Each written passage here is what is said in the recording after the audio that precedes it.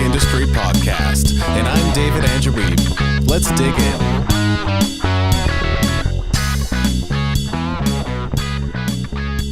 I'm with James Moore, CEO of Independent Music Promotions and author of Your Band is a Virus. He also wrote the foreword for my new book. And frankly, my book wouldn't be what it is if you hadn't stepped in and asked, is that it? So is there anything else you'd like to add to that introduction, James? No, that is perfect. Thanks so much for having me. You bet. It's a real pleasure to be able to talk to you. And we have gone back and forth on email over the years, I guess, ever since I was blogging with Toon City. So it's good to be able to finally have a real chat. Before going any further, I want to let both you and the listener know that I'm going to be asking a lot of selfish questions today. So this is going to be a little different from the interviews I used to do. Might be kind of like listening in on a conversation at Starbucks or maybe even a mastermind call. That's the best way to do it? Yeah, I think so. So you certainly don't have to give me any numbers, but how well would you say your book has done over the last few years? You kind of mentioned earlier that it's almost served a bit more of a purpose of being a calling card than anything else, right? Yeah. Well, as far as the sales themselves, both digitally through Amazon and also through Amazon's CreateSpace physically. Mm-hmm. I don't have an exact number. It's likely close to 5,000 sales, but over time, it's really become apparent to me that the main benefit of writing a book like that is really the calling card purpose. So many good people, good musicians have found me through reading an excerpt that I offered to a blog, or reading a guest post that I wrote, or reading the book. Some of them, bought it off of Amazon and then read it, say, a year ago, and then they just had it in their mind that they wanted to work with me. So they that helped their intention, to sort of get everything done. And as the year progressed, they'd have their studio time and they'd do their mastering, get their graphic designer ready, and then they approach me, and it's really a good feeling. And my favorite part of it, those kind of one and done endeavors, is, there can be a lot of procrastination involved, and it can be difficult for people to finish, whether it's an album or whether it's a book or anything like that. But once it's done, it's permanent, and it can benefit you permanently. So it's been great. Yeah. It's true. Yeah, it can be very much the same way with recording a CD or a book. You end up procrastinating, or you just don't get around to putting the finishing touches on it, and then it can sort of be a drawn-out process. But you mentioned CreateSpace. I was kind of dumb, and I found out about CreateSpace later, so then I have a separate distributor for my ebook and for my paperback version or physical version of the book. Did you go about it the same way as well, or are both offered through CreateSpace? I had the initial edition of Your Band is a Virus first. It wasn't until later that I discovered CreateSpace. So by the time I released the expanded version, the 2012 one, I believe I released them both at the same time. And CreateSpace is just linked to Amazon when you publish digitally. Yeah. So very simple. I mean, I think if people knew how simple it was, more of us would do it for sure. Exactly. Yeah. I think if you're going to be self-publishing some kind of book, then CreateSpace seems to be the way to go, and it's probably where all future releases I put out will probably go through. Yeah. What are some book promotion strategies that have worked well for you? My main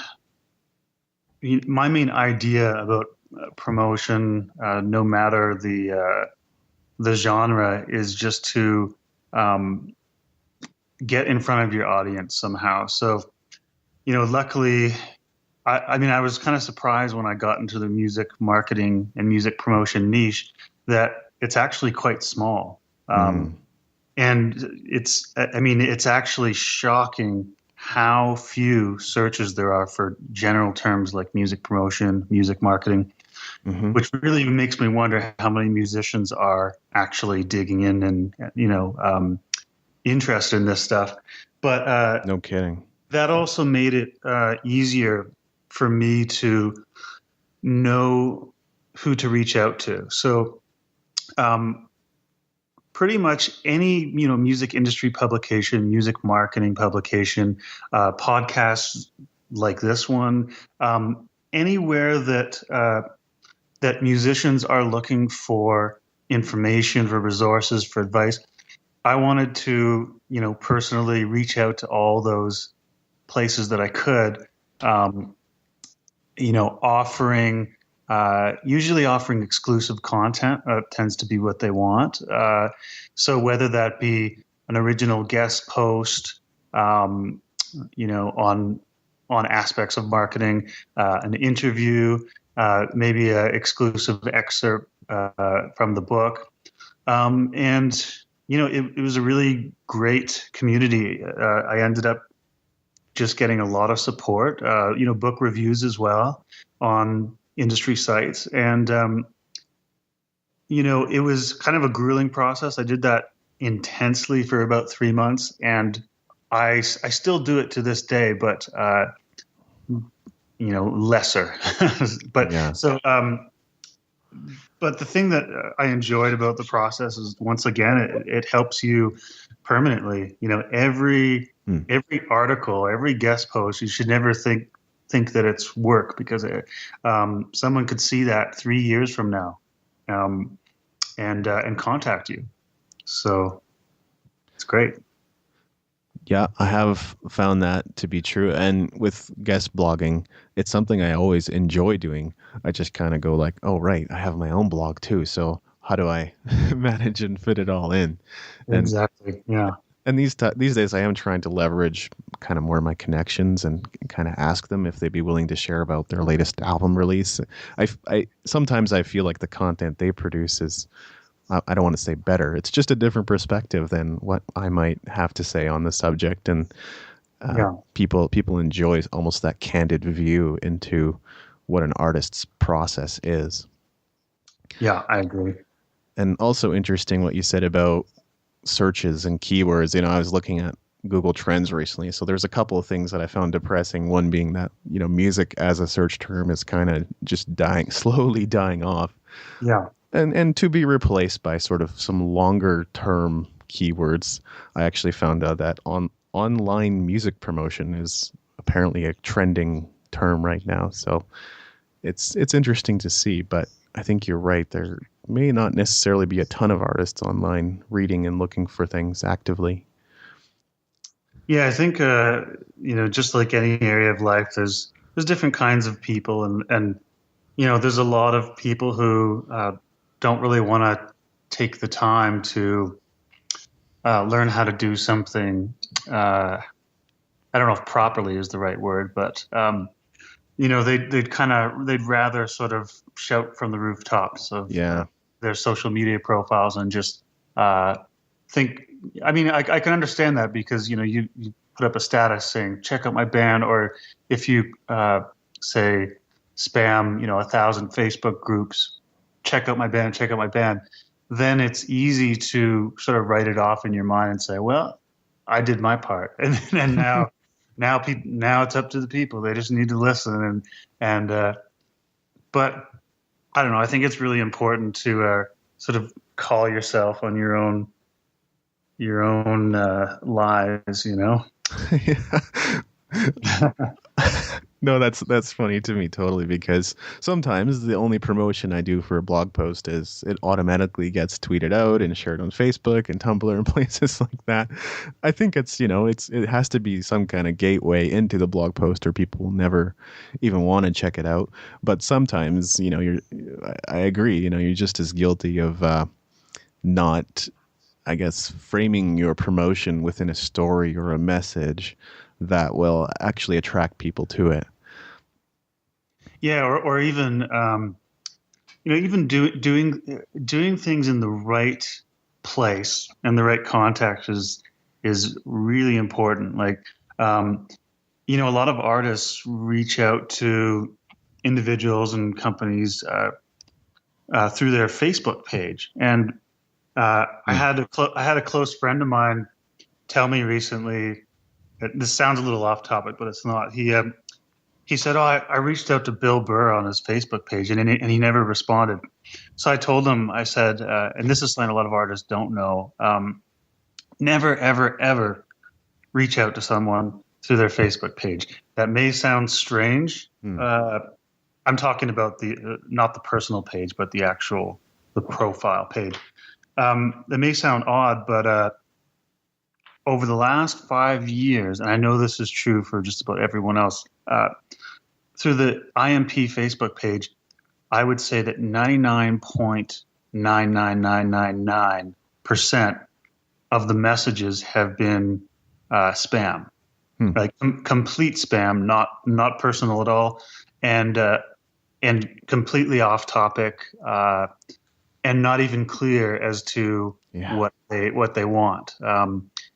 Often it'll be saying, share this, come to my concert in Liverpool or wherever, vote for us, that kind of thing. But the way to get a hold of someone is always official site. How much engagement are you going to have in the messages if there's that much spam? So a lot of artists are going around doing that, just messaging these music Facebook pages, and it's all to no avail. So for anyone listening out there, it's all spam. Yeah, what is it about us, music marketer or consultant types that seem to attract all these weirdos that want to, work with us? Or they say they want to work with us, but I mean, there's absolutely no context provided for what the arrangement's going to be or what they're after. And then maybe they're looking for a record label and you go, that's not what I do. So yeah, exactly. Or another example is sort of posting on the page, either as a comment or the post to page feature on Facebook. That is almost 100% spam as well. So it's just, I think musicians would see a lot more results if they just, when they want to contact someone, official site contact form, Yeah. And my tip there is always to personalize. I've even seen messages from various marketers that maybe want me to share their content or have a look at it. And I'm always open to that. I love to do that kind of stuff. It's just more of a thing of, try to address what's in it for me first, or at least say, hey, I loved your latest guide that you published over here. Could you take a look at mine too, kind of thing? Yeah, exactly. Or, I think also the mutual benefit is a good thing to frame. If you're offering, a guest post or some sort of mutual promotion, stating that you'll be sharing their work in return. Something, maybe your social media following. Just kind of saying. It's critical to be clear in your communication. I get a lot of emails where, it's clear that they're a musician and they have a link, and they would definitely like me to check it out. But there's no clear stating of what you want, and you'll get so much higher results if you're able to just communicate what you want. That's a big thing, like in business and in any aspect of life. Exactly. Just kind of stating what the value is up front and then sharing what it is that you're after. I agree. Yeah. Do you have plans of releasing more books in the future? Not at the moment. Things are quite busy with IMP. So my day-to-day is really kind of unitasking on artist campaigns and looking at new ways to expand the results we get, and be able to deliver more for the artist. So that's where most of my research lies. So less time for the writing, but it could definitely happen. I mean, I'm always reading, new music business information. So, but I think it would have to revolve around some new central ideas that are not fleshed out yet. So, for the moment, I'm very happy in my day to day, and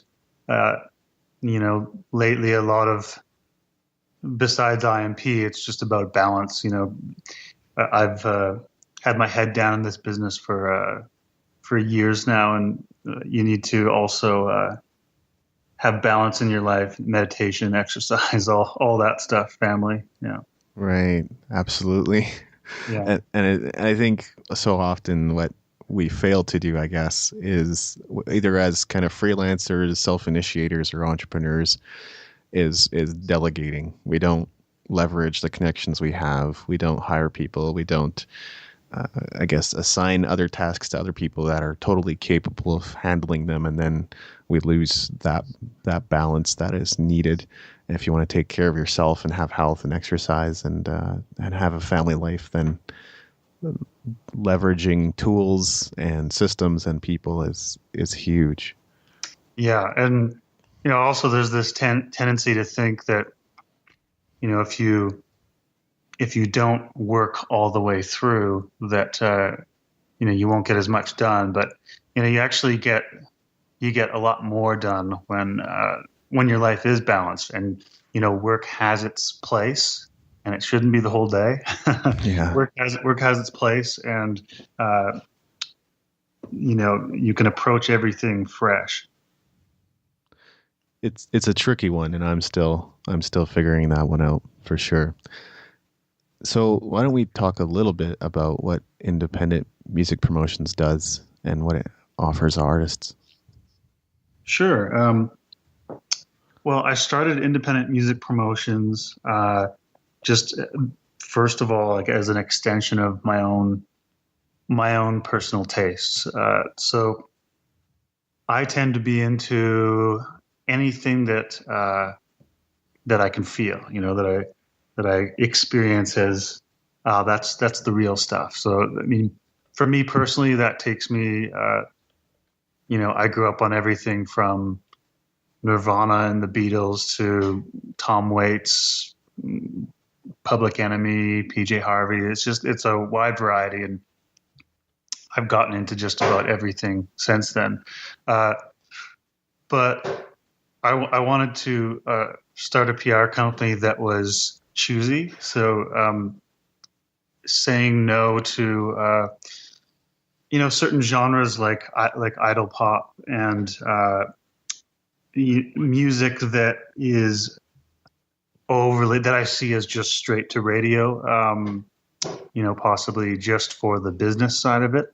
So I thought it would be unique to have a company in this niche that isn't the most respected, but do it with a kind of DIY spirit. So there's that aspect, and that's how I got the music with depth niche.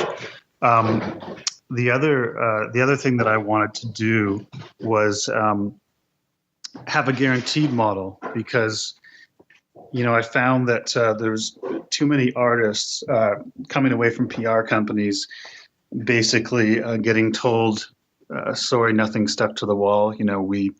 We sent you to all our contacts and you didn't get covered. And that to me is, I don't like that model. No. I don't. I think that it's your responsibility, if you're in the promotion field, to have a sense when you say yes, when you choose an artist, that you have an idea out of your contacts who's going to really be into them, and you have a strong idea that they're going to get coverage. So I don't think there's any excuse for getting no coverage for artists. So, yeah, that's what IMP does. Basically, we're a niche press-based service. We deliver, reviews, interviews, features in, blogs, magazines, music, and other publications. And we also service internet radio and podcasts. And like I said, we have that DIY mentality.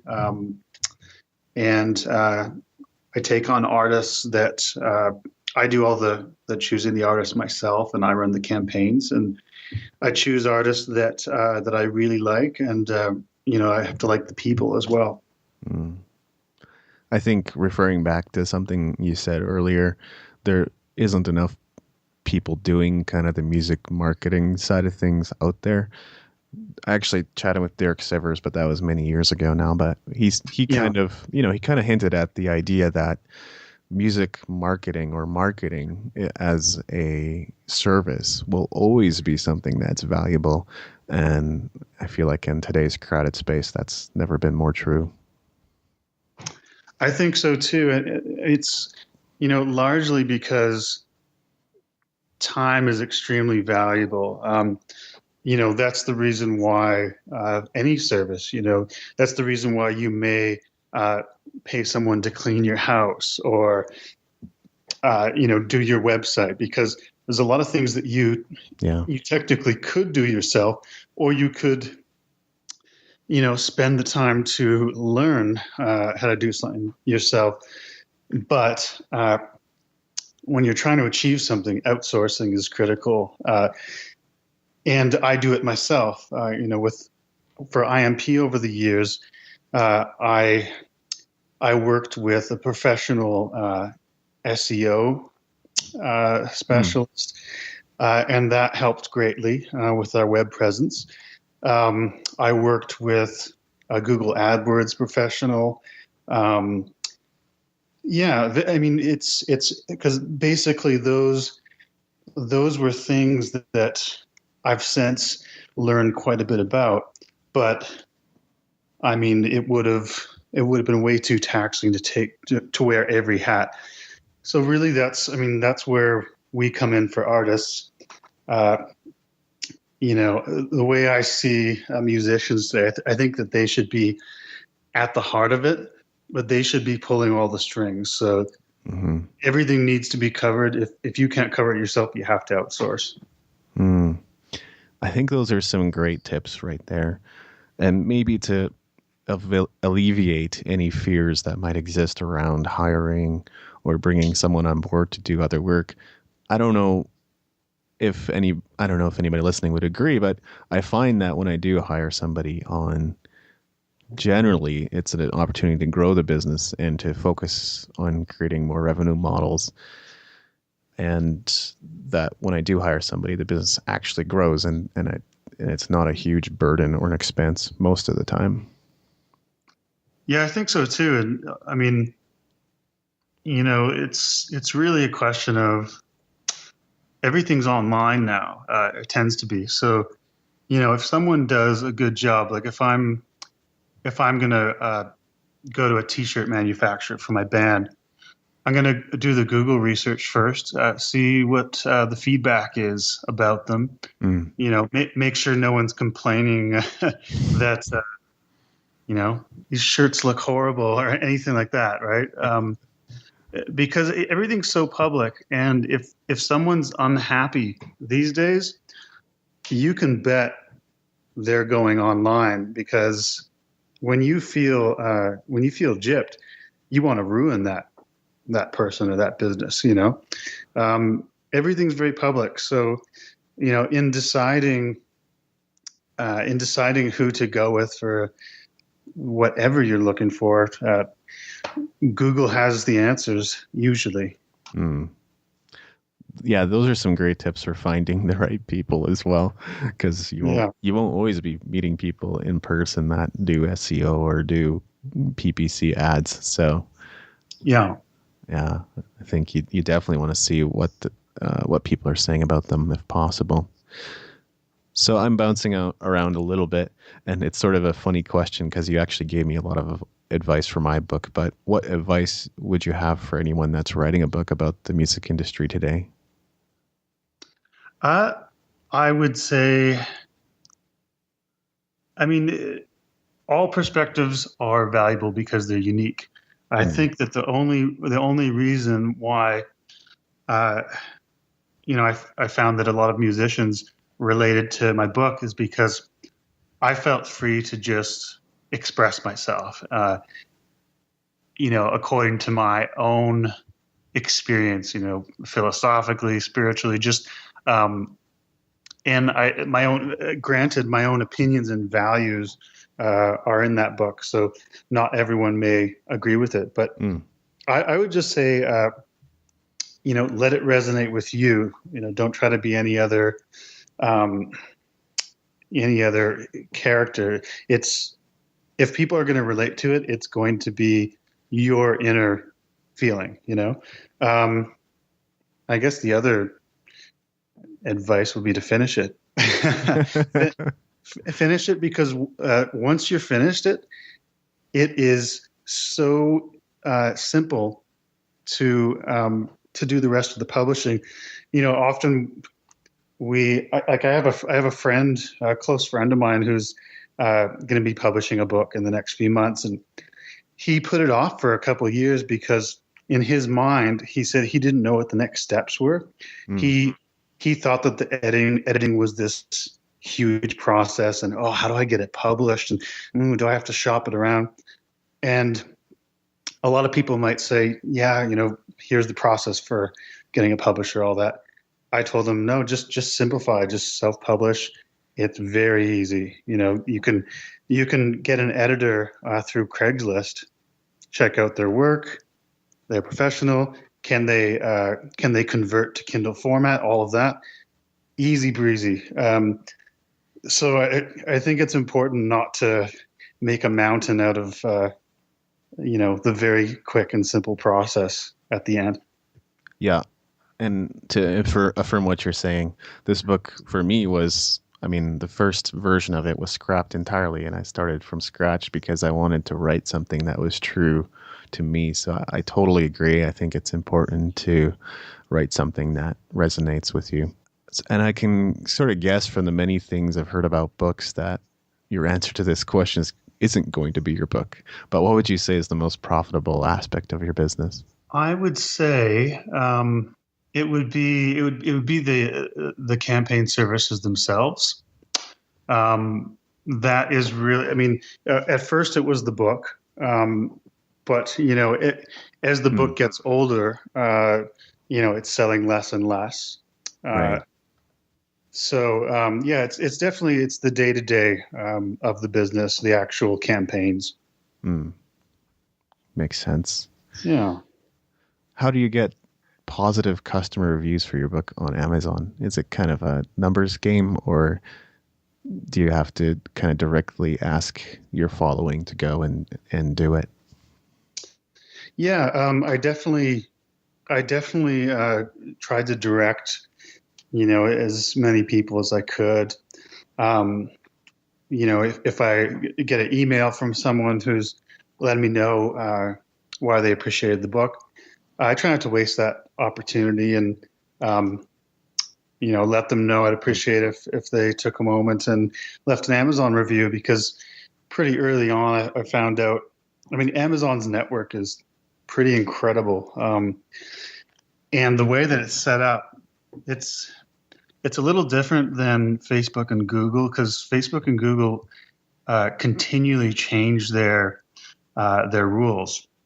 Whereas Amazon, it's one of the few websites and sales or online stores that the way that they have everything set up actually makes a lot of sense. It's really consistent. People who bought this also bought this. Like their whole recommendation software is brilliant. So the more sales you get, and every review that you get really does a lot in establishing you in their network. So Yeah, I definitely tried to push it as much as possible. Yeah, and I guess it's similar with podcast as well, where if you're in iTunes and you get a bunch of reviews, it increases your exposure to more people. So I've heard it works pretty similar on Amazon with when you get more customer reviews. Yeah, exactly. You're right about iTunes. People want to be where the hive is, you know. So if you see a lot of feedback, a lot of 5-star reviews, the curiosity comes in right away. Whereas if there's nothing there, it's kind of ironic, but you know, you need people to be there for more people to get there. Yeah. Yeah. In your experience, what types of content do musicians tend to engage with most? Uh, I I mean, I think that with whatever you're doing, you tend to be your own customer. So, like, I ended up writing Your Band is a Virus because I wasn't really pleased with some of the music marketing books out at the time, and Yeah. I thought I didn't find them to be actionable enough. There was a lot of stories that I didn't feel were really relevant. So I think musicians tend to really like if there's two things. One is actionable things, something they can do right now. One of the main faults of motivational and entrepreneurial books and that whole genre is that you could read books from the most successful businessmen and really have nothing to show for it as far as an action plan. Whereas if you get actionable advice, like if you get, for example, the Facebook advertising technique of one of a CEO of a big business, now that's something.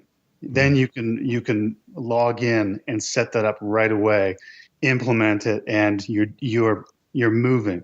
So I think actionable things are critical for musicians. If a musician reads an article about, say, Patreon, and it tells them how to set up the profile and how to get going there, how to start promoting it, that's really exciting because they can do it now.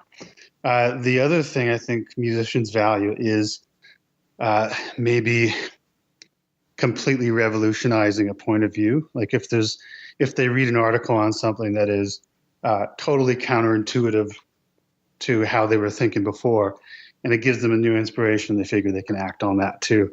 So at least those are the two things that excite me. Well, I know what you mean. I read a book per week, and there's definitely, a percentage of them that are inspiring and possibly even life-changing and cause me to act. And then there's the other type of book, which sort of, it might even be intended, but somehow doesn't really inspire any inspiration or action to happen within my life. And that difference can often be subtle, but you want to continue to find those books, I guess, or write content if you're a content creator, the kinds of things that people can immediately take action on, even if it is maybe a huge project or task that they're going to have to undertake. Yeah, I find when I'm reading, you're scanning for a wake up moment, and there's moments where you're reading through, and you come to the conclusion, no, this is all kind of filler. But yeah, the goal is the opposite. Yeah. In your experience, what are some good places for music consultants or music marketers to guest post on? Music Think Tank is a bit of a nexus for the industry, and a lot of musicians read their articles because just about everybody posts on there, and as a result, they choose the best material for the main feed on the front page. So it tends to be a really valuable mixture of ideas. sites like Sonic Bids and Bandzoogle, Yeah. they all have their own blogs. Performer Magazine, I've gotten to write for them a few times, and they definitely have some good articles on there. Quite a few. There's quite a few really good independent, music industry sites. For musicians out there, they'll normally come under the terms music marketing blog, music promotion blog. A lot of great podcasts too. Mm-hmm. Yeah, I figured Music Think Tank would probably come up. I've been thinking about posting there, but I'm going to have to stop thinking about it and actually do it at some point. Yeah. You're in the music promotion world, so I like to ask, what are some of the biggest things you've learned about music promotion? I think I constantly learn about really the perseverance and resilience it takes to continue on your path as a musician and not be dissuaded. I see a lot of artists get bent out of shape if they're not famous within 2 weeks, or they're not in the biggest magazine in the world. And then I've seen artists who are much bigger, much further along, just consistently hardworking, and they are the humblest, and yet they're the most passionate. But what I see basically is how the inner attitude and the inner passion really is what it's about in this life, and it's those kinds of people who celebrate every small success and just continue walking on their path. It's those people who succeed, and it's the people who hold negative ideas and kind of throw tantrums when something doesn't go right. Those people never do well. The other thing I'm really an advocate of is doing rather than demanding analytics. Artists who demand analytics from the starting line, I find that they don't do well either, because they always find reasons not to act, not to advertise, not to move forward with, whatever the next step for their project is, because they can't see that it's 100% chance definitely going to be profitable within 30 days, Mm-hmm. So that's something I really take to heart. I just do. I like trying things. I like jumping in. That makes a lot of sense to me, sort of having a long-term perspective and being positive. Things happen to everybody, and all we have is a choice in how we respond and the attitude we have towards it. So, yeah, I mean, well, you just said the perfect term, long-term perspective. Mm-hmm. It's so important, and it's easy to lose. Like if you have a short-term perspective, you're going to be upset all the time. Yeah. Yeah. Absolutely. We've been talking a lot about books. So are there any books you've read recently or in the past that have really impacted your thinking or approach to your career? Well, as far as, in the music, I tend to read a lot of books on meditation and spirituality and stuff like that. Mm-hmm. That tends to be a lot of my daily reading. But as far as music business books, one that I was really impressed by, and I do recommend to artists because it has a really nice overview of most aspects of the industry. It's called Get More Fans, the DIY Guide to the New Music Business, and it's by Jesse Cannon and Todd Thomas. Yeah. But yeah, if you look up Get More Fans on Amazon, it's really good. And these guys have worked with bands like the Dillinger Escape Plan, and I just thought it was well done. Yeah, that's funny because I actually chatted with Jesse Cannon a couple of months back, and it makes sense, based on everything that he mentioned. I could see how his philosophy would kind of match with yours as well, and why you would take to that book. I definitely need to read it too. Yeah, because I mean, I'm always learning too, and like I have no, of course, affiliation with Jesse other than sending him an email to thank him for the book. But yeah, I like to pass it on to my musician audience if I find something that's really good, because it's kind of rare you find something with the right intentions and high quality. Yeah. You can also mention maybe one business book or one personal development book that you've really taken to right now, if you'd like. Yeah. Well, this book it's really old at this point, but I think to change, like as a potential life changer, Timothy Ferriss, The 4 Hour Workweek, that is probably the first book that inspired me to go it alone, to work for myself, to release a book, and to work at it, and you try a few things and you fail, and then you keep on going, because the mindset is no 9 to 5. I'm going to provide a service. I'm going to create a niche. I'm going to do it myself. So, the 4 Hour Workweek is it's more important now as a complete attitude shifter than anything else. But I'd highly recommend it. Awesome. I've heard so much about it. Haven't read it yet. I'll definitely need to. I think it's on my list. So yeah, I'll look into that. And I guess to wrap up this interview, I want to ask a few business questions. Unfortunately, we could probably talk about business for hours because everybody kind of has set up differently. There's unique aspects to business that we couldn't probably distill into 10, 20 minutes. But one question I have for you now is, how do you see your role? You're obviously a CEO, but some CEOs or founders kind of see the role as marketing, but depending on how the business is structured, they might see it as the product too. So what does yours look like? As far as, sorry, could you repeat the last part there? Sure. I was just saying that some business owners kind of see their primary role as marketing, right?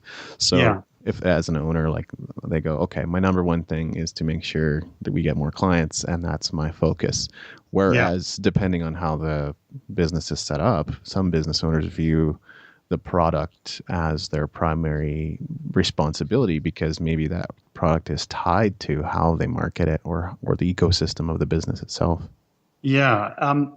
As far as my role, my main job is to make sure that every single campaign gets the attention it deserves, and I put myself in the client's shoes. So I have certain standards of what they need to receive in a campaign. So that's really my job, is working with good people and making sure that they get the resume boost, the press boost that I promise on the site. And so that's the main role. And as far as information, our articles on the site,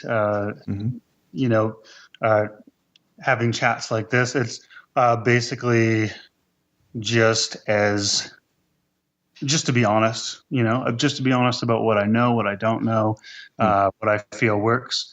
So providing value in both those roles, that's the only thing that can make me sort of, once I finish my workday, all right, I feel good about it, and I can put that in its proper place, rather than have lingering worries or anything like that.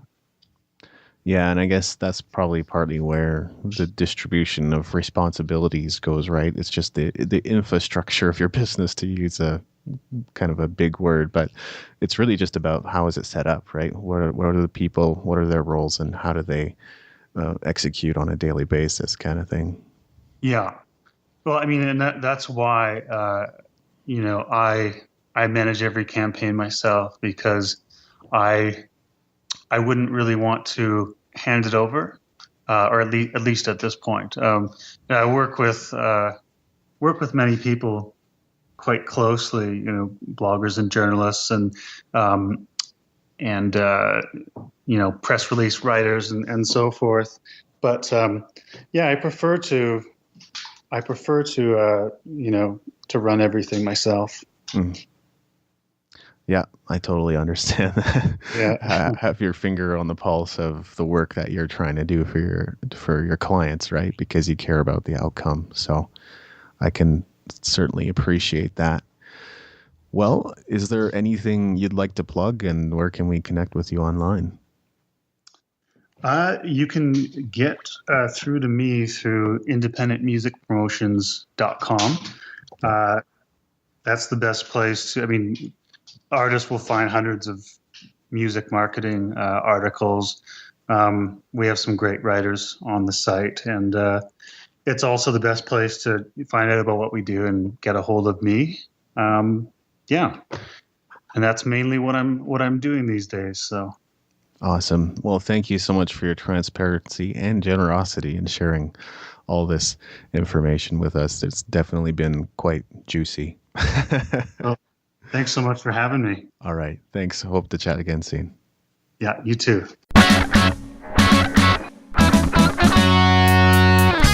Thanks for listening. Make sure to go to musicentrepreneurbook.com for show notes and other goodies, and leave a review in iTunes to help us spread the word.